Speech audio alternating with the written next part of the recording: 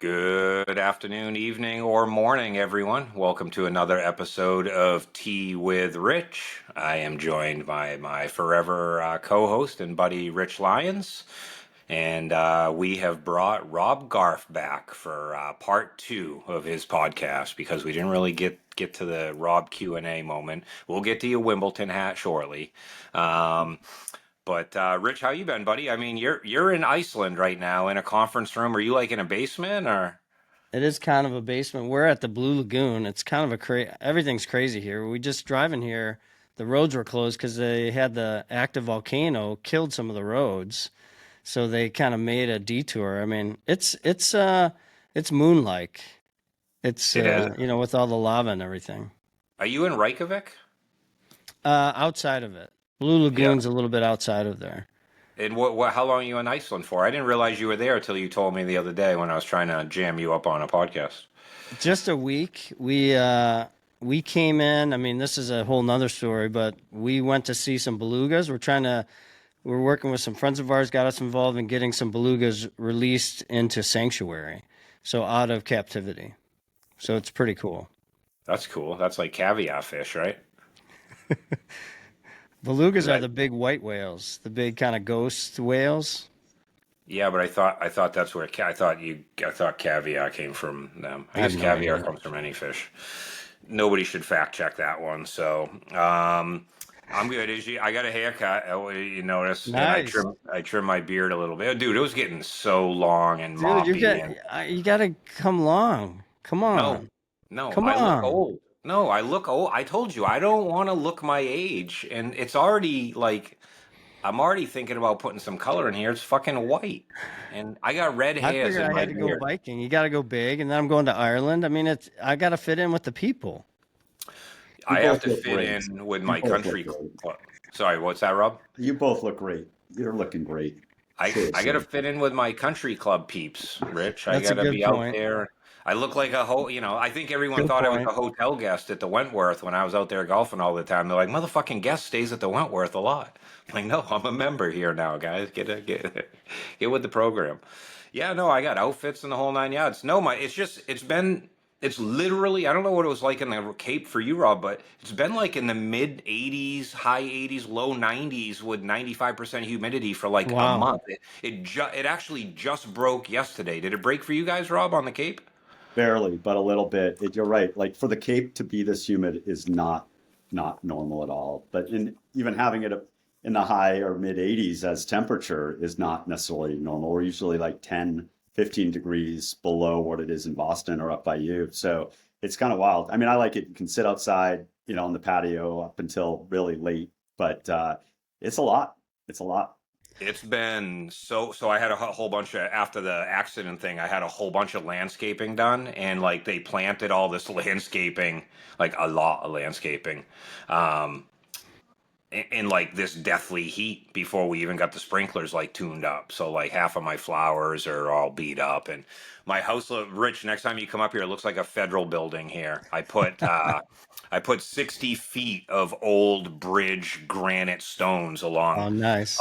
along the road so I nobody thought you were going to do like those pylons like they do in front of federal buildings. the problem with the pylons is you got to drive them way down, and they actually, Makes sense. this looks cute. Plus, I can put planters and like pumpkins and stuff for the holidays on there. So, but You guys wouldn't yeah, believe here, like it never gets dark.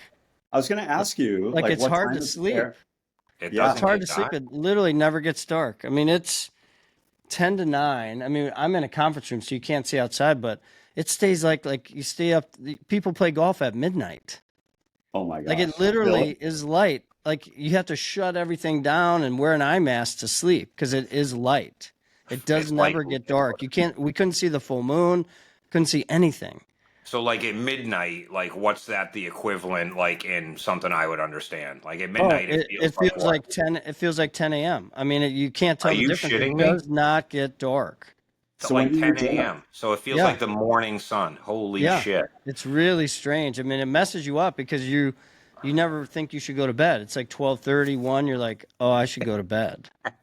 So what time do you do dinner? Like, is that at 11 at night? Like, when do Well, you? we try to get on a regular schedule, but then it's just hard. You got to shut the blinds, shut the curtains, put on an eye mask, and just pretend like, okay, I know I need to sleep. Wow. Like like literally, people play golf at midnight. First of all, who has the energy to play around at golf at midnight? Like, are these like third shift workers? Like, who can, I don't know. at I midnight? would I have would done be it. I gassed. didn't do it. I didn't have the energy.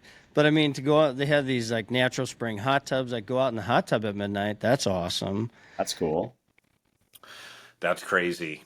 Anyways, I'm still doing what I'm doing. Got a haircut. I just had a facial today, so I'm a little shiny and glowy. You're If very anyone's pretty. watching the You're very video, pretty. I told you I gotta keep up with Shannon. I can't be getting old. Plus, I was just telling Rob before we started recording. I got in the last 2 weeks. It's only the beginning of this week, but I've been in like this like I don't have a lot to do funk. So I'm like, Checked all all the right. I was boxes of weeding. everything. This is how bored I am. I was weeding. We pay people to do my yard. I was out weeding the beds. That's where I'm at right now. Just bent That's a over. challenge. When you get to like reorganizing the cupboards, then we'll know. I've already done that. So I've moved outside now. But I'm going to the dump. They come get my shit. I bring it to them now. Like that's how bored I am. I'm like, you know what? I got it, guys. Let me throw it in the truck. You guys don't bother stopping at my house. But Rob, how have you been, bud? I'm great. I'm great. I love summertime. I'm at our happy place as a family down on the Cape. So for those that know Massachusetts, the easternmost portion of it. And, the summer I graduated college, I was a lifeguard on the beach in Centerville in Hyannis. And I just fell in love with it. And I was like standing there on the beach, said to myself, this is where I want to be someday. And fast forward, fast forward a lot and manifested it. So it happened. And so we're on a lake in Mashpee. You think of the Cape and oceans, but we have a kettle pond that we live on. No sharks, which is nice, and no salt, which is even nicer. And try to be here, but of course have to bust up to Logan every so often, go see customers. And I'm probably going to the mothership to San Francisco in a couple of weeks as well to walk the floors and see everybody there. How's your travel schedule lately? Are you traveling a lot still, or are you down to once a month, or what's that? Because I know you're It's kind of pretty like a pack mule on that side. It's pretty regular. I instituted actually before COVID, no airplane August. So we'll see if I can keep that intact. I'll go to like New York once or twice on a train, but I try to That's just cool. be grounded. Yeah, it's just, I mean, all of us are just going all the time. But I actually went to one of my favorite events last week in Terranea, Southern California. You overlook Catalina Island, and there was the NRF Nexus event, and it's more like a retreat. And it was just awesome. Like some of my favorite people in retail, and did some sunrise yoga. So it's, you don't have to feel too bad for me, I guess is my point. I love that. We actually decidedly took June and July off from traveling. Other than like like we went to New York. We don't Sure. consider that a trip because it's a drive. But and then next week is my second anniversary. So next week starts the late summer fall segment. I think I've talked before. I basically was traveling once or twice a month. So we're starting that back up. But I'm glad you're getting some quality time down on the Cape. I know that when I talked to you last year when you were down there, Rich and I were supposed to come visit you. Yeah. Yeah, we never made it. I still Came want up. to. Yeah, I Open was just telling invitation. Rob I've never been, so I don't think I've I ever never been been either. over the. I don't know. Is there like a river that cuts it off or something? It's like a town you got to go like You I don't, take the you take the tunnel. You take the tunnel. a tunnel. No, there's no tunnel. That's the Let me joke. let me look at the That's map and see if I can pick out the town I was in. So we donated. We did an essay contest at Pixel. I shit you not, like 2007 or 2008, to give a bunch of computers away in a oh, company that were a ton, like a dozen computers and monitors, like for free. awesome. Oh, that's And I awesome. configured them in the whole 9 yards, gave them Windows licenses. Um, and the people that won the essay contest was they run a series of businesses down in the Cape. I don't know. I'm gonna go look for it. Yeah. And they own a hotel, but it's basically a program for kids with Down syndrome. Oh, And they wow. run a laundromat, and they have a hotel, and they have a day program, and they put all of these, I'm gonna say kids, but people of Yeah. varying ages into these different programs to get them life skills and keep them busy. But they run a profitable laundromat, a profitable Wow. hotel down there, and I'm looking at a map here because I was looking at Mashpee or whatever Mashpee. Yeah. Yeah. And by the way, I think I was in Wareham, maybe. Wareham. Oh, yeah, for sure. Yeah. Yep. That's right over the bridge. Yeah. So there's the Sagamore Bridge and the Bourne Bridge. So there are two bridges that get you over here. But And there Wareham. is a river no, that's the ocean. But like Well, there is a it is canal. like an There is island. a- But There is a manufactured canal so that ships can cut through and not have to go around Provincetown. oh, is that what that is? That's actually like the Massachusetts' version of Panama Canal? I guess so. I mean, I only assumed that it was made by hand versus it being natural. But It's pretty beautifully like smooth. It calls it the Cape Cod Canal. I'm trying to figure out how wide. that's Oh, what, it's pretty big actually. It's 100 meters. It's almost 200 meters wide. It's pretty yeah, big. yeah.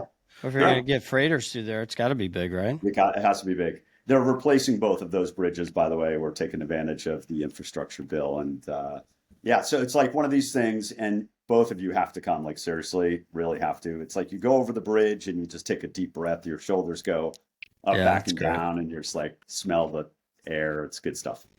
I have some friends that go to P-Town a ton. I think that's Mm. like way, way, way out on the end. You got to take a ferry or whatever you Yeah. guys call little carry, the taxi boats there. And then I got a buddy that owns a hotel on, I don't know if he's on Nantucket or Martha's Vineyard, but he flies over there. I haven't flown over there with him yet. But Nice. you know, it's funny. My wife has never been to the Cape either. We literally have lived here our entire life. Oh my So gosh.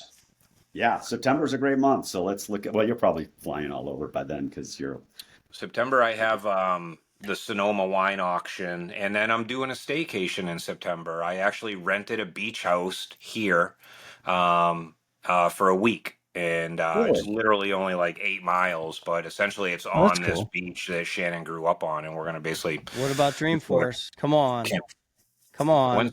Dreamforce? September. I'm When? gonna go. Fuck.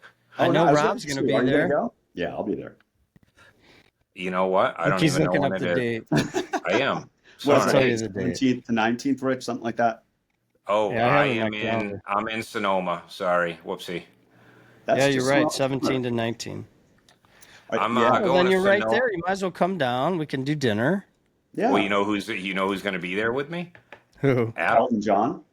Whoa. Oh shit! You know what? My thing. Yeah. I don't actually. My thing doesn't start till Thursday. I don't have to. Oh, I don't care. By the way, how many people are buying Dreamforce tickets just to see Elton John? Like a lot, right? I'm sure. Like, I mean, what a great Where's he get. playing? Is he going to be out at the Cow Palace? He's not going to be at the stadium, is he? I don't know. I haven't seen the details, but it has to He'll be be a huge venue, whatever it is. he'll be Yeah. at the stadium. No, it can't be that huge. Dreamforce isn't what it used to be. No, but remember Um, when they had U2 was out at the Cow Palace, then everyone else has It been was. at But the stadium, the baseball but you stadium. but U2 was back when they were getting 300,000 people to these events, and those Yeah. events have been It'll be waning interesting. I away. mean, if it's at the stadium, I would go. I'm not going. Remember, Cow Palace was a nightmare. You couldn't get out of there, Getting out of there, that would be my worst. Yeah. but you could um, walk from the stadium. I mean, you're right there on the waterfront. yeah. I've done that. But yeah, So no, I need a great egress. I need to be able to get out quickly. I agree. Yeah, like I need a helicopter. When is it? The 16th and 17th or 17, 17th? 17 to 19. Oh yeah, no, I got to be in Sonoma Wednesday, the 18th in the afternoon. Actually, Adam's coming to the Sonoma wine auction So just with come us. in for one day. Oh, awesome. Yeah, I'm exactly. already like booked. Like, oh, it is in San Francisco. I got to fly it. Yeah. You know, You have to fly in anyways, right? yeah. Actually, Well, we'll you just guys do aren't dinner wrong. we'll do dinner and go to Nava usually has something. We'll go to some. We'll have some fun. Something's happening. Those nights always end with me waking up fully dressed on the floor of my room. Just stay with me. uh, Just stay with me, and then I'll get you out of there. Hannah, my right. girl Hannah, will be there. Yeah, Hannah is the one that works with Hav. Yeah. Yeah. Maybe I will come out actually. I'll have to talk to Shannon. She's not home right now. She's spending the day with her dad, but I could go because I have to be in Sonoma Wednesday afternoon, basically. And Perfect. then my Sonoma event is Thursday through Sunday. And then I Well, let's fly home coordinate. either. That'd be fun. Yeah, All right. yeah. I think I'll you figure it convinced out. them, Rich. Yeah. And then Maybe I'll see even you in play Sonoma. golf or something crazy. That'd be awesome. Well, you know who I had up last week? Did you see my Instagram post? No. Dylan flew up. Oh Oh, no, I did nice. see it. No, I did see it. I did see it. That's awesome. I cooked dinner. I did lamb, of course, and then I had DeMello and Maneely, who you met at the wedding. Rob, you don't know Maneely, but you know Brownie, who worked with us, and DeMello. So Yeah. yeah, and then we all went out in town, and then man, I saw the things got a little pics. I saw things the got a little pics. foggy after 10:30. Did you do any karaoke? You've got DeMello there. I'm sure. Yeah, DeMello and Brownie. It was tough. They didn't. I don't know if they warmed up the chords. The first song we were going to record it, we stopped like 3 bars into it, so we didn't want that No. on tape. Last time DeMello did karaoke in front of me in Portsmouth was with Zengel, and Ah, they did a cappella Queen songs in a bar with 300 people in it, screaming What? at the top of it. It was amazing. I actually have it recorded. did Doesn't they sound as rock good the on my bar? phone, but They were oh like yeah. the entertainment. I should put that up as a short. I should go through and find funny videos. Oh, But that's awesome. Yes, you should. so yeah, he came up. But I'll look and see if I can make it out to Dreamforce in September, and I'll talk with the Queen and see what she thinks about me Yeah, I'll leaving a few talk with days you early. because we can hook up before. That'd be fun. Yeah. Do Yeah. you have like obligations at Dreamforce, Rich or Rob? I know you're always pinned, but I don't have any obligations. I haven't even booked my flights yet, but I was planning on okay. going. They're so they screw you on the flights, they screw you on the hotels there, and dude, there's a lot of weird shit going on in San Francisco now.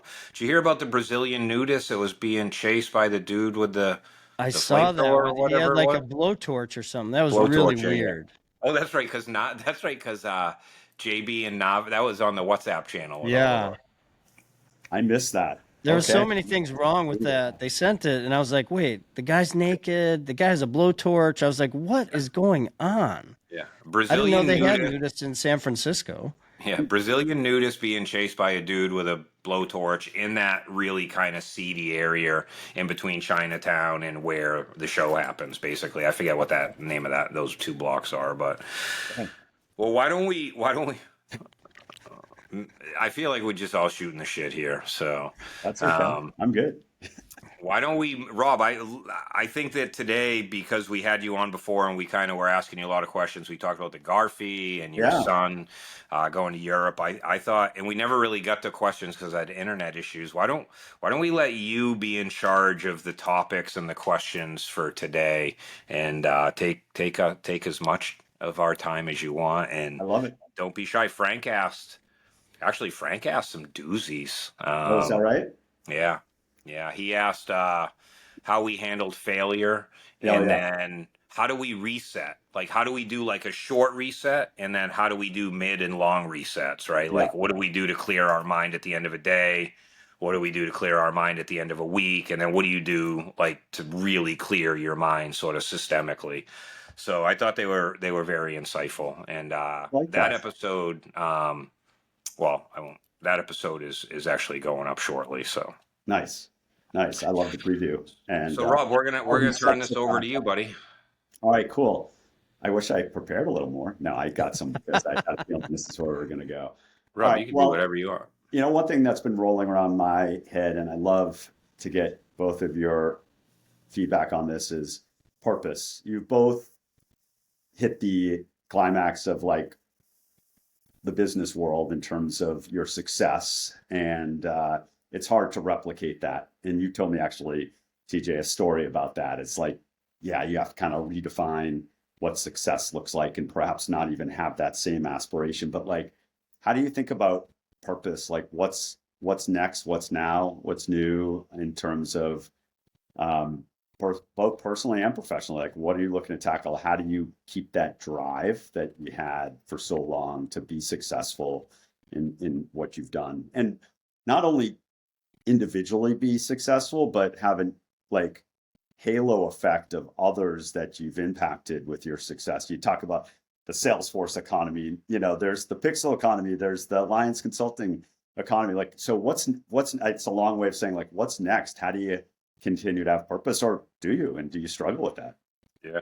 So, Rich, I'm going to backfill what Rob just sort of mentioned because Rob sort of touched on a conversation we had a little while ago where, um, where's the next Everest when you've summited Everest, right? And I talked about this idea that when people do what we've been able to do and very fortunate to do, you know, climbing Everest again is never going to be like climbing it the first Mhm. time. It's just it's you'll never have that feeling, that look, that sunrise or sunset, and what's the next Everest, and is there another Everest, or do you just become uh, enriched with the journey of other things? And I think, Rob, when I was talking to you, I was sort of struggling at the time. I think that was sort of an epiphany I heard on a Gary Brecka podcast, talking with a young Brazilian female YouTube sensation who kind of blew my mind with her insightfulness. But Rich, do you want to tackle that question about kind of how do you find purpose Sure. and keep the charge going, and after you've kind of already crested you know the Yeah. I mountain? mean, I think TJ, you and I have talked about it some, right? I think it's a great question, Rob. And I think, I always struggled, I'm going to back up and then go forward, right? Like I always struggled a little bit with purpose, because I was always thinking like, wait, I'm not, you know, solving world hunger or creating a cure for cancer, or, I run an e-commerce company, right? And I had to kind of come to grips with myself a little bit that these people, at one time, 400 people, like I'm providing them with a great culture, a job. I know their spouses, I know their children. And if I could do that just one person at a time, that I'm doing my thing. And that was important for me. And I was a double E, computer science, but, electrical engineering undergrad. And so I always kind of had this idea about potential, right? Like in circuits, you talk about potential, like the between two plates, you talk about potential. But I always had this idea like of maximizing potential, right? And we kind of I tried to always tie myself into my business. So we had this idea of maximizing our clients' potential online, but also maximizing each of our individuals' potentials and utilizing our unique gifts. So that really worked because it brought me into my business. It wasn't just words on a page, it was real, right? Like I'm trying to maximize my potential. What can I do? What's the biggest impact I can have? What's my best use? And look at that for all my employees too. Like they have unique gifts. They're not me. Surround myself with really smart people like, Dave and Norm and people that had different skill sets.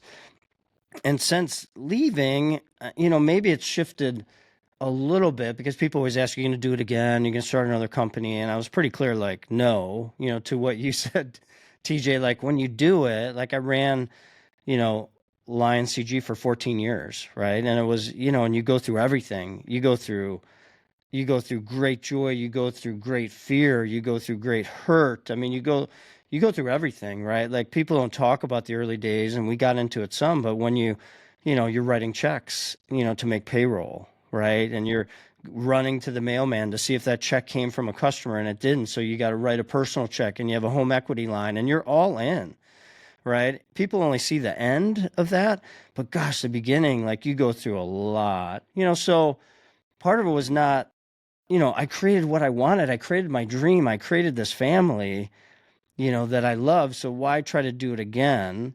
But going forward now, can I still, like sales is service, right? And we were serving people. A services business is just that, so can I keep serving, and so recently that's taken, positions on boards, right? I was on Dylan's board, right? For Phenom, and I'm on other boards, Three Kits board, and I've been on a number of boards, and just trying to, TJ and I laugh like if I can help someone, not make the same mistakes I made, that's paying it forward, right? Because people helped me, and they're going to make their own mistakes, right? We all make our mistakes, but don't make the ones I made, right? So I'm kind of in this different, and I'm really trying to like how can I add value? Boards is some. I'm writing this book. Like I'm not writing a book to try to make money, right? I'm writing a book to try to have an impact, right? And try to help people.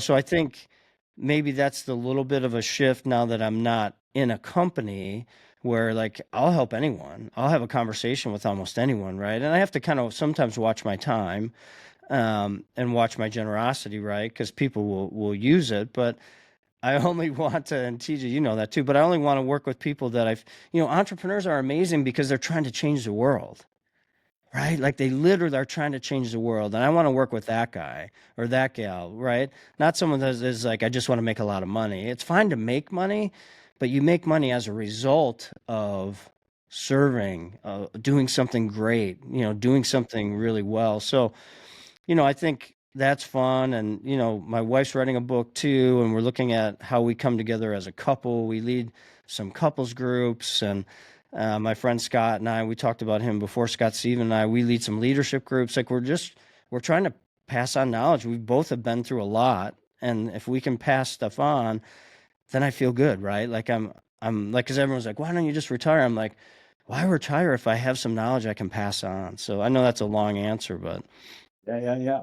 No, you're Wicked making love. an impact, but in a different way and a more targeted way. You got the boards. I love the book idea because it just gives you the platform, right? To just be able to pay at the end of the day, you're paying it forward. And right. so you've you felt it paying forward when you were being able to have 400 people on your payroll. You don't have that now, so you're finding other ways to pay it forward, which I really like. And I see it, by the way, too. It manifests itself in your public persona and Thanks. just also just the positivity when I see you in person. Like people just want to gravitate to you.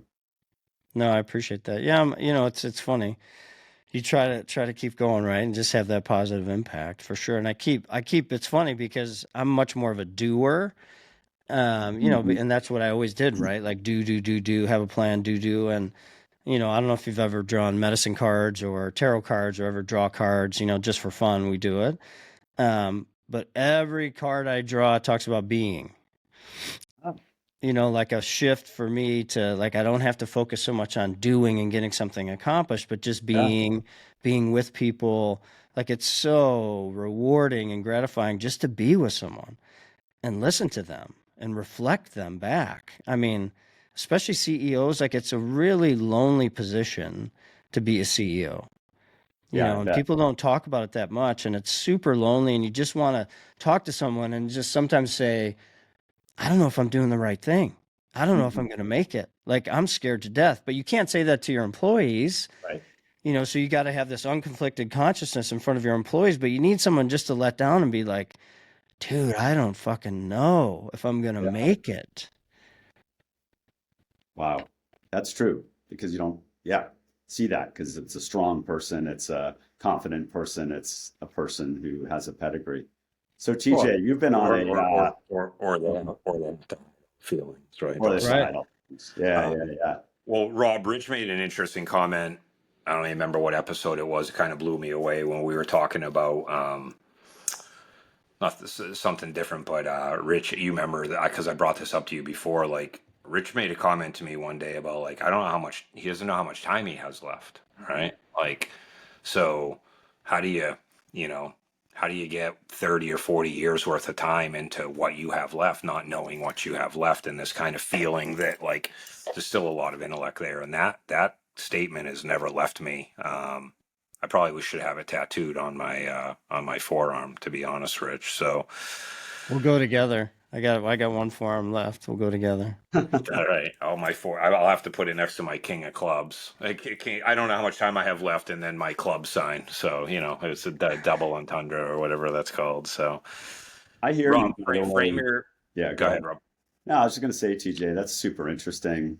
I didn't know if we'd go there. I'm glad you did. Like both my parents died at an early 70s, right? So and they got sick before that. So my frame of reference with me turning 50 a couple of months ago is, wow, that's not if I, you know, follow along their trajectory, although I think I'm healthier and more mindful and Right. definitely learning from what put them there health wise.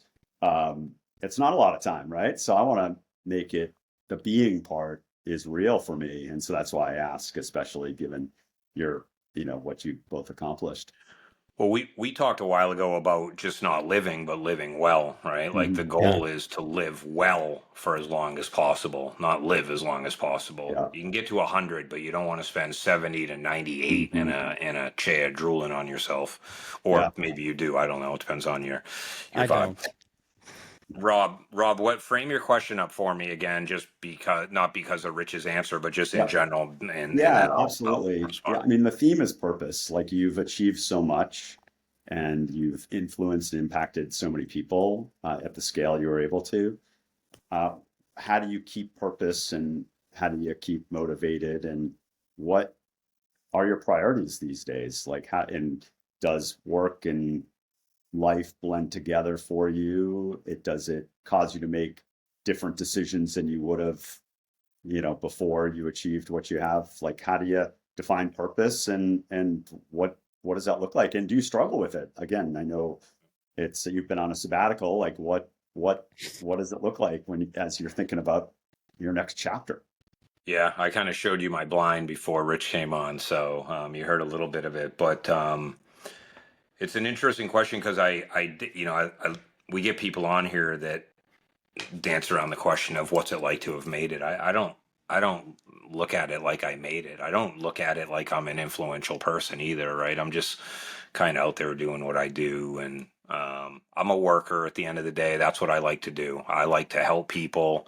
I like to check things off, and I like to take the nastiest of challenges and hail them with ease. And I'd say my greatest superpower is making whoever is above me um, uh, sleep better, right? I want to be one less worry in people's day. And if I had to say what my purpose is probably about being one less worry in the day of the people that rely on me. Yeah. So whether I'm working or I'm on sabbatical, when I was working, it was my customers and my staff. Like you guys know, like you can't really tell everybody what's going on all the time because sometimes weird shit's happening. And to Eric, I legitimately think that Eric slept well and is in the health that he's in because he didn't have to worry about me. He didn't have to worry about whether I was holding my end, even if we only talked once a week or every 2 weeks. So, for me, it's about being one less worry in my day, and that moves to my personal life. That's my friends. I make more deposits than withdrawals. My wife, my kid. I got my youngest is here. The other two spend most of their time at their mom's, but my goal right now is let her have a career and get my son off to college. But I am in this kind of weird ether where I had the same gig for 30 years. I actually did the same job for 33 years because I was doing it as a side hustle before we started Pixel, so since 22, so 32, 33 years. So, I don't know, but I'm 6.5 months into my sabbatical and I actually was talking with Rory Dennis the other day because Rory said like it's not a month, it's not 3 months. He goes at the 6 month mark, something's going to happen. And I texted him, and what happens is all the angst and all the worry and all the anxiety and all the nervousness about everything and anything like just dissolves. And when that dissolved, it was literally 2 weeks ago, maybe 3 weeks ago. It put me in this kind of state of mind that I've actually never been in, right? Like I'm out golfing with buddies that have known me for 30 years and they're like, dude, are you all right? I'm like, I'm just chill. Like I'm Yeah. just docile. Like I got nothing to worry about. I don't really have a lot to talk about because all the stuff I do is for me and my family, right? So, you want to talk about me. I lost 20 pounds. I'm in the best shape of my life, right? I take care of myself. I'm cooking every day. No one wants to hear that shit. But so right now, Well, I think it's important for people to hear Yeah. yeah, yeah, yeah. I mean, I because I guess just so. think a lot of people will drop off the self care, right? And we've talked about that, but I think it's Well, important, right? And I especially if you want to live like we're talking about, live well and Yeah. still have impact late in life. Well, I was unhealthy, like doing the deal with Dode and staff and the leadership team and everybody was like it, like that was it. Like I go all in. Like when we first started Pixel, I mean, I'd work 120-hour weeks. I'd lose 10 pounds in a week doing a project, right? I can't lose 10 pounds in a week to save my life. I don't think if I didn't eat for a week, I could lose 10 pounds at Yeah. my age. But so let's get back to the question about purpose and what's next. It's something that I think about a lot. And I told you a little bit earlier, Rob. I don't know what's next for me. I think at my core, I am a mentor and a teacher and an advocate. Period. Right? I'm not an advocate for a specific thing, but I think if I look back in my career and going all the way back to my early 20s, if I was working in the warehouse loading trucks, I learned from the best guy on how to load trucks. It might sound Yep. weird, but believe it or not, loading a 40-foot box truck that has to hit 16 stores Yep.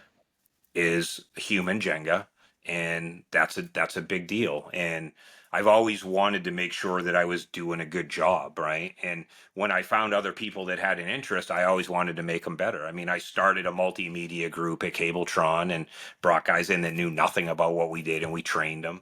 Eric asked me to start a business. When he asked me how we were going to grow it, I said, I'm going to go find other kids like me. If I can teach me, I can teach anybody. And for years, I think I just joked about this on LinkedIn. Um, that's what we did. We just found people with good attitudes. And kind of a funny story. I went to a driving school. Not this is on topic. I went to a driving school when I was like 27. Skip Barber. I was in middle of nowhere, Connecticut on the New York border, and we had to do this obstacle course where they put a magnet with a bowl on the hood, and there was a tennis ball in there on a piece of string, and you had to go. So if anybody's ever done any professional driving, pitch and yaw and inertia and all of that stuff is a big deal, and how quick you come in and out of a corner. The goal was to go as fast as humanly possible and not have this ball fall out, because if the ball fell out of the bowl, you had to actually stop the car, get out. It was standard, put it back in, get back in, and go around. The reason I tell that story is because I volunteered to be everybody's passenger Mm. because I wanted people to beat me.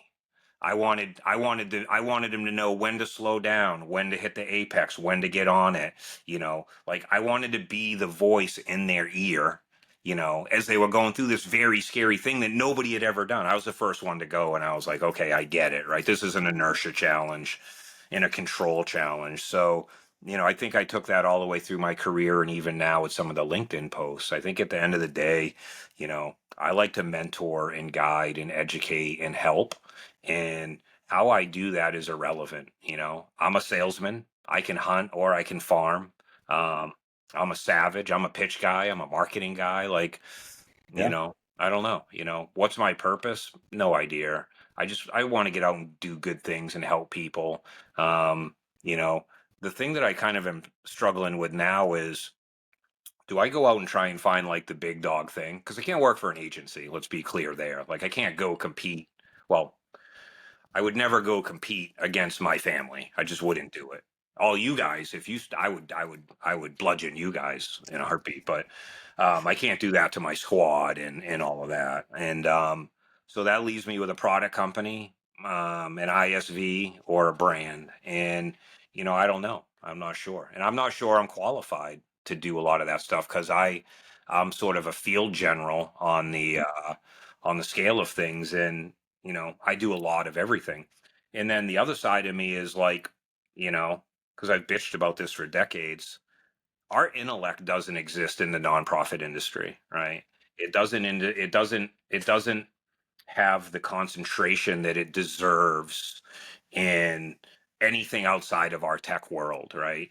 We've all dealt with organizations that we support, and you're like, God, even the emails are horrific, right? And the way events are done is kind of challenging, with few exceptions. And do I go that route? Do I just sort of be this sort of service warrior for an industry that would never actually be able to to get somebody like me financially, right, involved with them, right? And can I do that at scale? And so I don't know. I'm like exposing myself a little bit here, but it's an interesting question. At the end of the day, I'm a mentor and a teacher and a friend, and I know a lot about a lot, and I just would like to see that put to good use. But good use is a weird thing. I used to make this joke to my friends because people always ask, we donate a significant amount of money. I'm finally going to put a donor advised fund together. Rich, do you have a donor advised I fund? do. Yeah, I have a DAF. It works really well. I just heard about it, by the way. So I was all like onesie twosie, and they're like, well, how do you decide who gets what? I said, it's kind of like where we apply our energy as professionals. There are people out there that you could give them $100,000 and it feels like $100. And there are people you could give 1,000 to and it feels like $100,000. And there's a sweet spot in the middle where it's neither too high or too low, but it serves a good audience. And I think that's the same in business as well, is like, where can I apply my standards? Because Yeah. I'm a dick, right? I'm not a dick. I'm just very precise.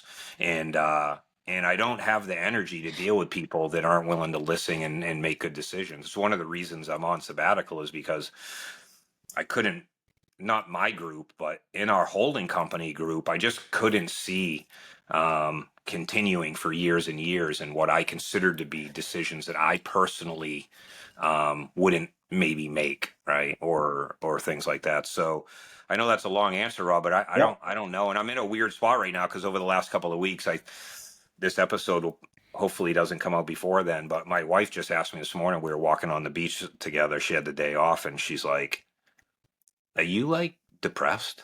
And I was like, I don't think so. She's like, I think you've been depressed the last couple of weeks. And I'm so docile right now and like so chill. Like she's like, well, you don't talk. And I'm like, what the fuck am I going to talk about? Like that I weeded the garden, or that I like made my 17th glass of cacao and this time I tried black tea instead of goat milk. Like I don't have a lot to talk about. The podcast she already listens to. And and I think I'm just coming to terms with the fact that I'm in this very zen moment, Yeah. and it's time for me to start thinking about where am I going to put that energy, because I have to be careful, because that can be of great use or of great waste. And I'm not always the best. Rich made the same comment. I'm very free with my intellect and my time, Yeah. and um, I don't know. We'll see. I don't want to be an employee. I can Yeah. tell you Right. that. Sure. I don't want to work for somebody. I will work with anybody, but I don't want to be the backstop for failed strategies, Yeah. quite frankly. Well, I So mean, if you take sorry, that what was long, but That I was kind of great. did I some of love that it. I earlier. love it. I love it. I took so much out of that. I mean, I think if you apply what Rich talked about in terms of being, you're being, man. You needed the 6 months. Every time Yeah. I've talked to you over the last 6 months, there was something. There was something next. There was something new. There's your mind was no, your mind was going. It was racing as it probably should, and that's natural. Like for you to be just being, maybe that's where you should be, and it will allow you to open up and understand what's next, and maybe what you think is next this week might look different. But I see that as a real positive, like being chill and being Me just, too. yeah, I Dude, think that's really good Rob, to I'm do. so zen right now. Like That's it's like awesome. I have friends that are like, "Are you okay?" And I'm like, "I actually am okay." Like Yeah, this is actually what okay me is. Like nobody, because you guys know, I'm like, my yeah, amps are always on high. If I'm like Spinal Tap 11 on everything.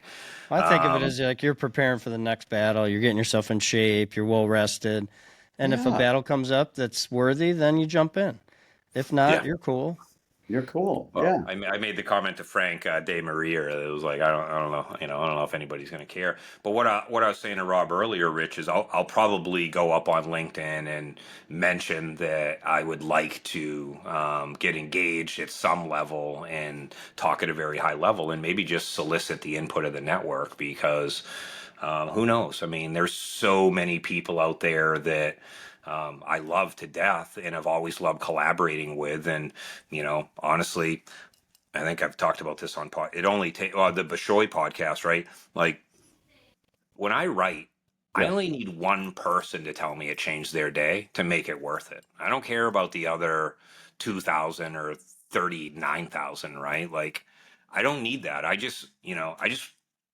If every time I do something I can have an impact on just one, I just need one person to see the light, Exactly. I then totally then agree. I'm cool. Yeah. I don't need to be I don't need to crest Everest again. Although I'm down. Fucking anybody wants to drag me up there, I'll be the first one up. I'll go without oxygen. So uh, I but love it. sorry, that was long. That was a good question, but those are those are long answers. I I think love mine was that. longer than yours, Rich's, but No, I love it. I mean, the other point you made, which really resonated in terms, and I'm going to butcher what you said, but I'll try to summarize it in terms of you want to make your boss or your manager or people around you like you don't want to be the problem. You want to make their day better, their life better, their situation better. I've over the last bunch of years since being acquired, gosh, it's now been 8 from Salesforce and being part of the culture. It really caused me to think about my own values, which I have to admit I hadn't before, which is weird. Well, not weird, but like I look back on it and I would benefit from it. And one thing and I haven't gotten it down to like the 3 words, but it's what basically you said, TJ, and that I want anybody I interact with to be in a better spot after that interaction than they were before. And part of it is just, Amen. yeah, like I don't know what the concise, pithy, like, I don't know what that is. And it's so obscure, like, it's so obscure, like, can't really put something around it. But I just want to, and part of it was waking up every day and my father trying to get me out of bed saying, have a PMA, positive mental attitude. So that has always resonated. But yeah, so I totally got it's similar, TJ, in terms of like you want to be the positive person that's making people's lives better rather than the noise or the drama or whatever. I love that. I think you're already there, just so that you know. I I mean, appreciate it. when I talk, I mean, I love talking with you. When we met, when I came down to Burlington, we had lunch and Yeah. NRF and random phone calls. Rich, I'll randomly call Rob just to kind of shoot the shit. That's why I made you that wallet. I I know. think about you at a factor probably 10 times more than I chat with you, but Yeah. you do, and you have I don't know, you just have a very special way about you. But I guess that's kind of like why the three of us get along, and that's probably why Right. the squad, right? You guys Yeah. were at the dinner squad and at Shop Talk, like that's a group of people that when they're in a room as individuals, that's magic. And what's kind of funny, we were talking about it, I forget who with, maybe with Adam Groves, about like, is there some way somehow in the future to put the 8 or 10 or 12 of us together on a concerted effort towards good, Right. Right. if I can lift a person, what can we do as a group and what's the compounded effect there? So Special. Yeah, that could be. I think that's amazing. And you're in chill mode, you're out on the Cape, so that's cool. I'm trying. Trying to just get the energy back, reset a little bit, spend the time with the family. My son's going off to school. We had visiting day from my younger guy at sleepover camp. That was awesome. So it's Cool. I'm smiling for a reason. It's all good. Yeah. It's Yeah. interesting. I got one quick story and then I do have one more. I have a lighter question, which I'm really excited about to ask you. So can I just hearing you both and just in terms of um, the impact you have and the mentorship. I was going to use that word, TJ, before you did and jumped in to summarize or trying to capture your ethos. It's how do you balance it all? And so I was out in my hometown a couple months ago at a local pub and I ran into Bert Jacobs. He's the founder and CEO of Life is Good. He's from my hometown. He happened to be at the pub with his buddies growing up. And we were talking throughout the night, having fun. And at the end, I kind of went up to him and said, listen, I really love just his outlook on, I love your outlook on life. I'd love to just get some tips on like how I could live better, live well, live happy. And he gave me his email address and I emailed him and he emailed me right back. And one thing that I thought was super interesting, he said was, because I offered to take him out to lunch, like I'm sure everybody does, right? And he was really direct, but kind, really kind, saying, listen, I prioritize my family, my friends, my work, my charities. Would Wow. love to help you. If there's something I can't do lunch because that's where I focus my energy. If you have a specific question, I'm happy to respond via email. If I can't help you, we'll acknowledge it. Um, I just thought that was so genuine. I love And that. yeah, I mean, for you, I'm sure like people are always reaching out to you. Thinking about what the cumulative effect is if you feel those conversations. I did ask him the question around work-life balance, which is like a question that's been lingering around forever. And what he said was super interesting was there's no such thing as work-life balance. They blend together if you're doing it right. And the most important thing is just be your genuine self when you show up to any of it. And so I don't know, I thought I'd pass that I love along. it. I I love it. think We always talked about that there's no such thing as work-life balance, especially when we're interviewing people. And TJ, you probably did the same thing, like being a consultant. There's no such thing as work-life balance. Maybe over the long haul, but over the short term, if a client site's down, we had people staying up for, 2 nights in a row, right? And Yeah, so we'd tell balance is people what there's you no make such it. thing as work-life balance because we're focused on the customer, but we're going to work hard and play hard. That's kind of how we said it. Well, I think everybody's trying to give it a definition. Balance is a feeling, not a thing. And you're as balanced as you think you are, or you're as unbalanced as you think you are. So if you listen to this and you're trying to figure out how to balance work and life, don't ask yourself that. Ask yourself about whether you feel good about when and where you spend time, or if you don't feel good. And if you don't feel good, write down those things and start feeling good about them. And when you can say, I feel good about these things and have ethics, right? Because you can't take, one feeds the other. Then you're in balance, and that'll work for about 6 months, and then you'll be back out of balance because that is the cycle that we're in. We are self-abusive animals. It's what we do. So you want balance, write the shit down you're unhappy about. You're not successful, you're just not happy. So write down what you're not happy about and fix it. And But I then like what he you'll said, trying to set the priorities, right? Family, I friends, love that. work, I wrote charity. I mean, I think I wrote it down. that's a good start, right? I mean, I think that's, and sometimes if you look at, I don't know, I never felt time was the critical factor there. I felt like attention and focus was the critical factor. When I Yeah. had when you have a startup, you're spending most of your time at work. There's no question. But can you come home and leave the work, at the door and come in and be present with your children? And, get on the floor when they're young and crawl with them and be there and not just come home and get right back on your computer and get right back on your phone and keep working. Like, can you make the time? And I thought quality time was the key, not quantity, because I could spend a ton of quantity time and we could watch a movie, right, and not talk at all. And nothing wrong with watching movies. I love movies and I love talking about movies, but you get my point. Like, you could sit there in a vegged out state versus let's engage and talk. yeah, be present. Yeah, I Wow. think that's Yeah, right. that That's a is, lot. I wrote those down, Rob. yeah. Family, friends, work, and charity. So You I put had in to that order and you I get put a the, cross through work. I just have family, friends, and charity. But I'm with you. So um, no, I gotta believe you put that in order. So hey, can I ask you at least one more? I got this. So 100%. again, this is lighter. We're a vessel for your inquisitiveness. I love it. I love it. So, Demandware, I want to go there and talk some history. So, like, I joined in 2011, and I think I mentioned this before. We were probably around 100, 150 people. We were right around 35 million ARR. And there are always these stories, whether it was in a company meeting or traveling with Jeff Barnett or Jameis or whatever, that were just these lore as a lore, right? And they hit I would say inflection points in the company where it helped us grow and learn. So like the big one was early on Neckerman, who nobody knows that name except if you're in Germany, where they were a pure online retailer doing $1 billion a year.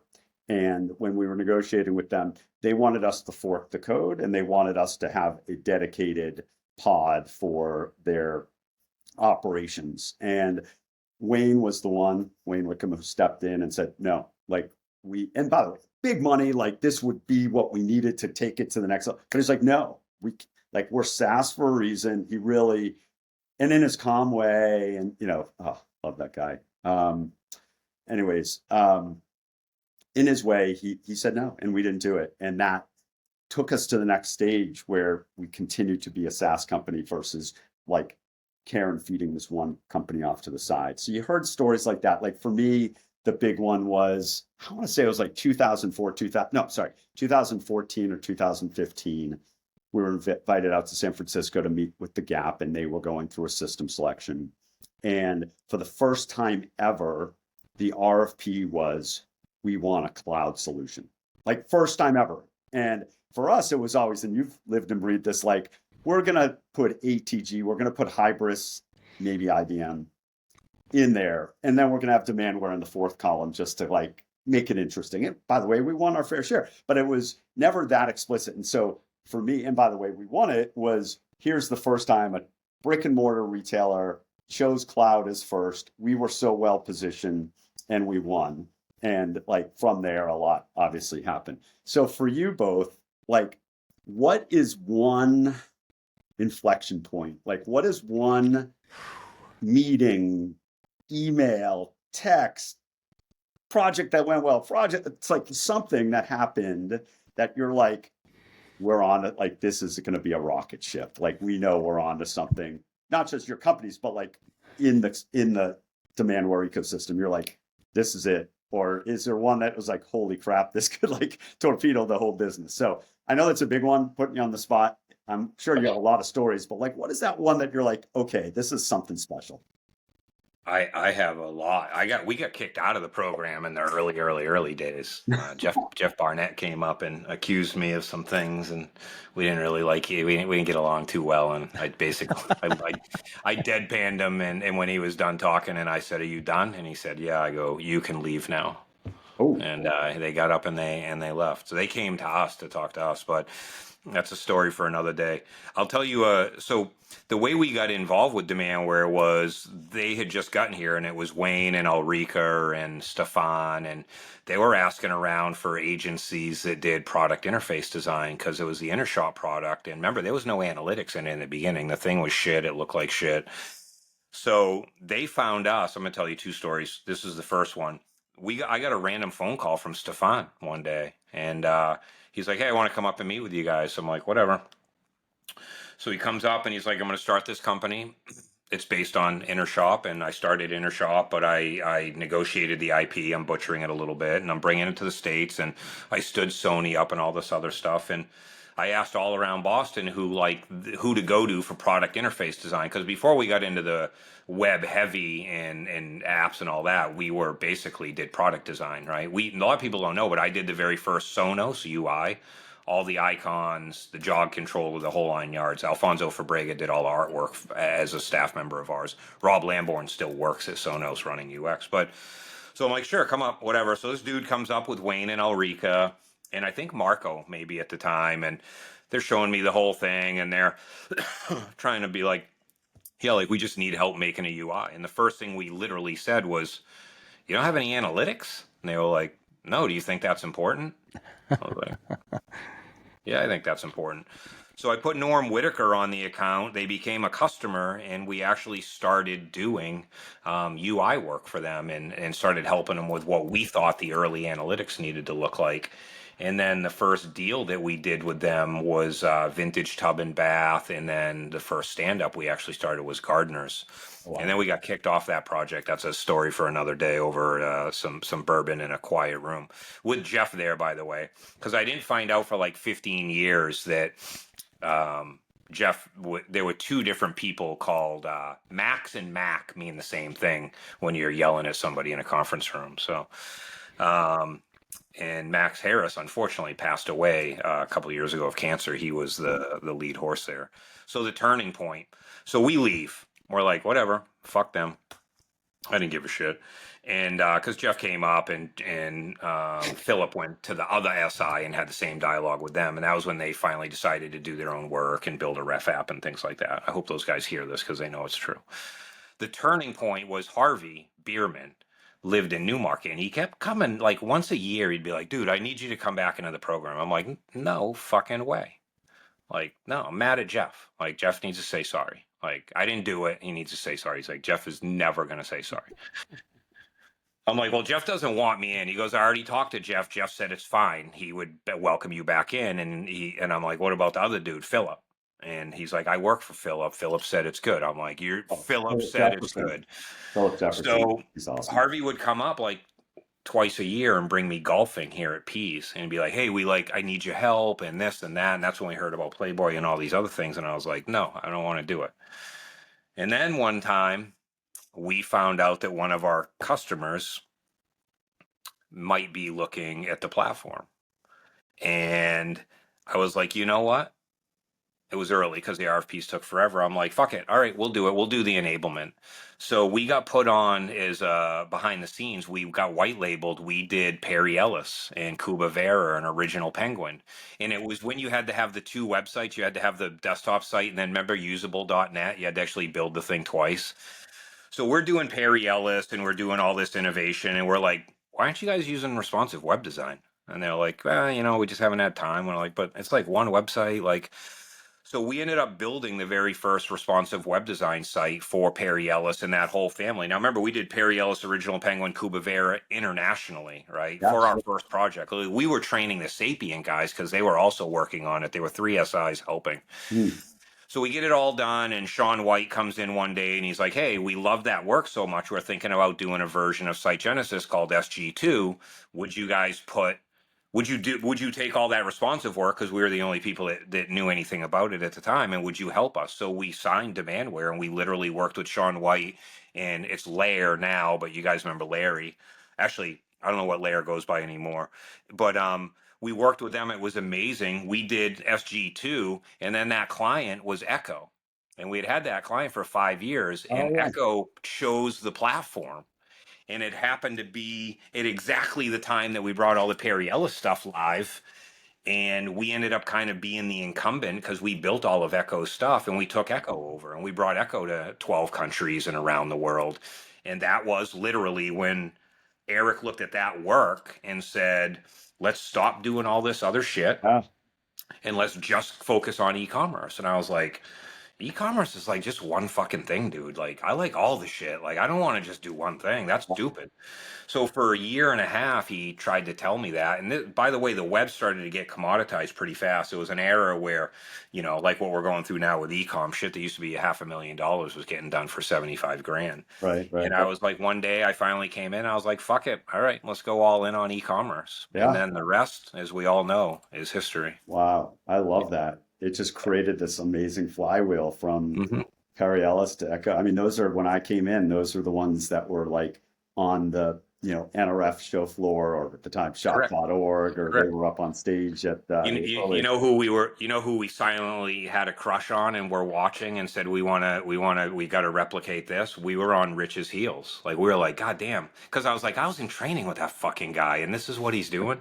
And then Callahan came to us.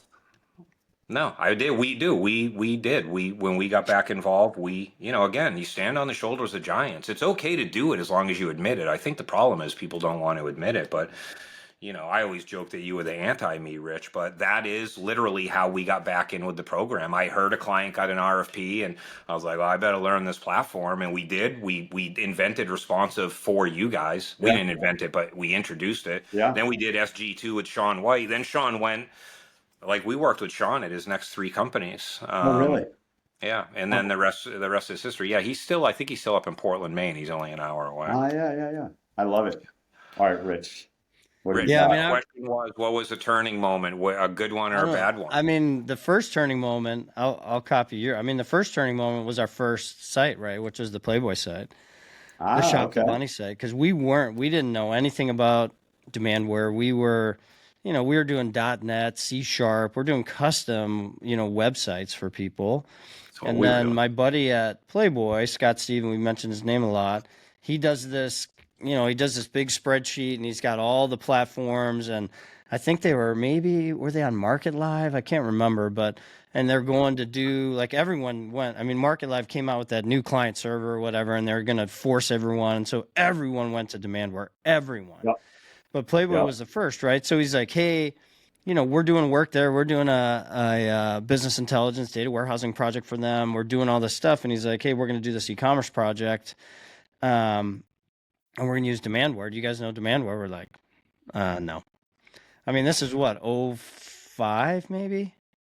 Something like that? 05, Yeah, 06? probably a 6 or 7. I remember, yeah, having Playboy at like E-Tail, East or West. I remember Jameis had some Playboy So he's like, we're Playmates. going to go this way. And we're like, Yep. okay. He's like, do you think you can learn and do it? We're like, sure. And then this was like the first battle. Speaking of Philip Jefferson, you mentioned Philip Jefferson. So Yeah. Scott Stevens, like, Lions knows us. They're doing stuff. They're doing business intelligence. We've worked with them. We trust them. We want them to do the implementation. And Philip's like, no way. The time frame's too tight, and they're not trained on the product, and there's just no way. There's no way. And then Yeah. Scott goes, well, then we're not doing it. Oh, wow. And so Philip's like, well, let me think. Let me rethink that. Yeah. Maybe, So he kind of forced us in, and Philip and I had a big fight. I was kind of a dick, and I'm not usually a dick. I mean, you guys know me, but I kind of lost my cool with him at Yeah. one point because I'm like, are you fucking kidding? I mean, I was just kind of a little bit belligerent. I'm like, we can Yeah. figure it out. You can train us. We can do this thing. And I apologized to him because I went a little over board, but did end up doing it. It was Shop the Bunny. I mean, they were going to try to compete with Victoria's Secret and have the Playboy bunnies recommend stuff that people would buy. It never really worked, but that was our first. And then we subcontracted a lot after that, right? Like the Lucy site, the Hello Kitty site, the Warner Brothers digital distribution site, the Compact Appliance site, the Fredericks of Hollywood site. Like those were all early ones where we were just supplying resources. You guys were priming all of those. Yeah. Yeah. I was going to say, because we really didn't have at that point, a defined partner program, right? And Philip No, Jefferson was customer That's when success at the Harvey. time. That's when Harvey kept coming to us and going, "Dude, like we don't have Yeah. anybody like you." Because Rich wasn't doing full service stuff at the time. Rich, I we were think you just were doing a developer. technical. Yeah. Yeah, we were a full agency, and Harvey kept coming up and going, "Dude, like nobody." Remember, we were a full service digital agency, so we were We didn't doing have digital creative till marketing, later. UX work. Absolutely. We had all the creative. We were doing product, so we knew product and the consumer side. And then when social came out, we picked that up. And he's like, "We need an agency," and he's like, "We're getting into all of these customers that nobody wants to do."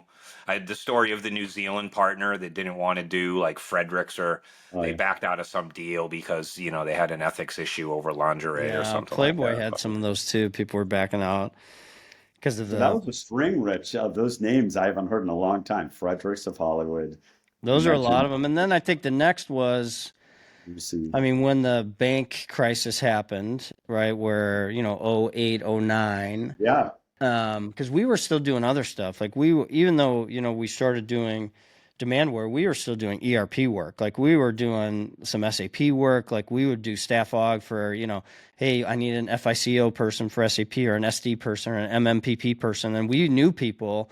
So we were still staff auging a bunch of shit, right? So we were doing a lot of stuff, and then we were doing commerce too. And then that happened, and I mean, I'm a sales guy. I'm like TJ. Like I was the same way. Like let's go all in on e-commerce. I'm kind of like fuck that. Like if people want something, we gotta provide it for them. We can't Yeah. give up. Like the stream, and then the market crashes, and we're like, what the our loan gets called in, our bank goes under, and we're like, okay, we got to focus. And all of our kind of SAP, like think of all the infrastructure work. No one's spending money on that, Yeah. right? Becoming more efficient, but everyone was spending money on commerce because it's a revenue. So no one wants to change cost, but let's go with revenue. So we changed. That was at that time we said we're just going to be an e-commerce digital agency. Then we added creative, and then we kind of blasted off with that focus. It became easier to train salespeople. People knew what we did because before that we're like, we do everything, and they're like, Yeah. what are you good at? We're good at everything. No, seriously, what are you good at? We're we're good at good at everything. I mean, solving we were just kind of problems. stupid. We solve problems and we're one less worry in everyone's day. That's what we are. It's Yeah, like we I were told you, we like got to register the our wolf original agency. tagline was the single point of contact for all your IT needs, and it was like a bullseye. That was our That's a first long one. card. It was crazy. That's awesome. So then it kind of took off, and I'd say adding creative was huge for us, like you were saying, TJ. And then we, had some tougher conversations with Demandware, in some pabs and in some meetings about account management. Like we were kind of on the forefront of a big fight with Troy, about whose customer is it, and it's like it's Yeah. both of our customers, and we're not throwing each other under the bus, and we're going in together. I've got an account manager because we started account management early, so our account manager's in there. We need to coordinate. We can't be dicks to each other, and that was a big fight initially. And then the whole, levels of certification was a big fight. And then we Yep. brought a trainer in early. Like we have our own certified trainer, so we're going to train, on the platform.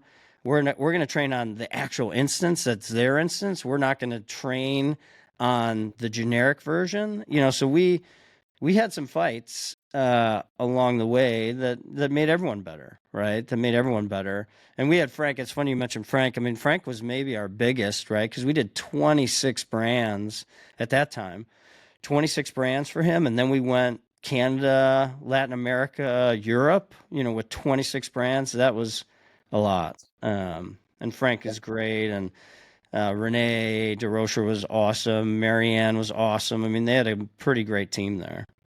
Yeah, I mean, we were kind of making up it as we were going a little bit, and just in terms of that shift from we're going to do everything ourselves to okay, we're going to open up the partner ecosystem from the SI perspective, and we had to scale. And it was just fortunate to have you guys in the forefront of that. So when we were in our boom, we actually got this stuff implemented the way it should be. It's huge. Yeah, I like. It's an interesting question. I have so many funny Demandware stories from back in the day, and so many conversations with Callahan. Probably we have to get Callahan on here one time. Have you not had Callahan on? You got to have Callahan on. It's like Jenga. It's like I don't think he could be on a podcast without like being on his phone. Like I think he'd have his phone in his ear like this talking to us. So it's funny because Callahan visited us one day. He says Lions did 92% of the stands ups last year, so we need you guys to double down because that's too risky. Mm. And that's what pissed me off so much. Whenever I heard that, I would get so angry. Suck it up. You did good. I thought we did 40. I always had the number 40. Maybe that was at the end. No, he said, I believe it was an enormous number. But I mean, at the very end, when you guys got bought by Salesforce, then I think we were doing like 40. Yeah. And that was globally, not just US, but globally we had 40 because we had London. Yeah, that's which right. was still a high number. And that's a story for another time. When we had that partner executive summit right after you guys got bought, I lost speaking of losing my shit another time, that's a different story. Oh, I can't wait to hear that. I'm sure that's a good story. We can do it at Dreamforce over a beer. Yeah, that was the one where they said, well, you guys do 40% of our business, but we got to start pushing all of our business to Accenture and Deloitte and PwC. Oh, wonderful. And they said that to my face, and I almost had a heart attack. Wow. Yeah. It was a good one. It's not terribly unlike what's going on right now. So, bell bottoms become new again at some point. So everything is new again. But that's right. Rob, I love those two questions. Rob, you have a quick one for us, or I mean, those are doozies. Those are literally 45 minutes of answers on two questions. Are you kidding me? I have a whole spreadsheet of them, but I'm gonna, we'll save it for episode 3. How about that? Awesome. I love that. Third time's a charm. Let's do it. We should do a short where it's just like, maybe I'll just break up the questions like I used to do. When a busted episode happened, I would just take one question. Yeah, that's where we can do a lightning round like Rick Kenny used to do. Yeah. Up or down or whatever it is, and just like yes or no. We'll ask you 5 questions. Boom, boom, boom. I like that. I also like the debate style, right? You get 60 seconds. Yeah. I see this. This is good. It's formulating here. I get it. This is awesome. Well, if you listen to these, we're largely unstructured and just kind of shooting the shit. So. I really? Yeah. Well, I couldn't figure out the word. It was purity over perfection. So we're going for real. That's what you always say. Keeping it real. Keeping it real. Genuine. That's what you are, and I wouldn't expect anything different. So I appreciate you having me on this. I loved hearing these. Like these are solid. It's really something to learn by and live by. So thank you for sharing. I agree with TJ. You're always a pleasure to talk with. I mean, you are a very kind individual. Absolutely. Thank you. That means a lot. coming from you Trying, in trying general. to think what that white thing is in the background over there. It's actually a crocheted blanket my mother made. So Oh, sorry. nice. Crochet is, speaking of that, that's back in. All the cool kids are wearing crochet, you know. Crochet is the like I just read a stat on what crocheting and knitting do when you're doing them. It actually has some unbelievably beneficial properties to your brain and to the way you're wired. I'll find it and send it to you guys. I think I just read about it the other day. Okay, Well, I'll cool. tell you what, guys, I super appreciate the time. I'm glad we got you for a little longer. My internet didn't break and you had a little bit more time. Yeah.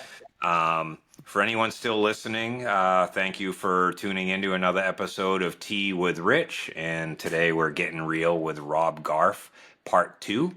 Rob of the infamous Garfy. And I hope everyone has an amazing day, weekend, whatever you're heading into. So thanks, everyone. Have a Thanks, good week. Simon. Thanks, Rob. Bye. All gratitude for both of you. Bye bye.